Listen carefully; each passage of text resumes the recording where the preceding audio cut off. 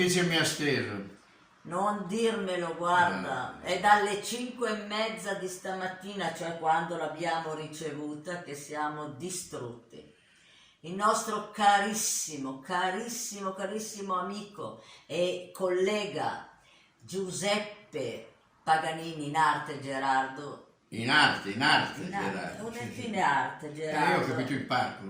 Sì, ci ha lasciato. Sì. Ci ha lasciati per, tra le altre cose, neanche un motivo soddisfacente, nel senso clinicamente. Non ci hanno spiegato perché. Ecco, non ci hanno spiegato esattamente. È chiaro, non perché. ci hanno spiegato il perché. Ecco, E tanto per dire. e comunque era ricoverato lì da un po' e devo dire che noi abbiamo sempre avuto una costanza e una frequentazione quasi giornaliera nei confronti di Dire ricoverato non è giusto, perché lui era lì in casa di riposo, hai capito?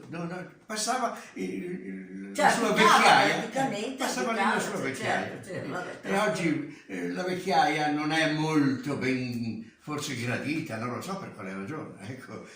Del resto non addentriamoci in questi discorsi che sono troppo con noi ha fatto delle cose. Con noi ha fatto un sacco di cose, dal cabaret all'operetta alla prosa classica. Sì, prosa. Poi ha lavorato con tantissimi artisti, tipo il Mazzarella, tipo lo chiamavamo tutti Zio Gerry. Zio Gerry. E perché? Perché quando facevamo il Cavallino Bianco lavoravano anche i nostri figli, i quali subito hanno incominciato a chiamarlo Zio Gerry, Zio Gerry, Zio Gerry. Io per prima poi ho continuato a chiamarlo Zio Gerry ed è rimasto sempre per me e per tutti lo Zio Gerry. Ma lui stesso mi definiva la sua nipotina. Va bene, allora salutiamolo.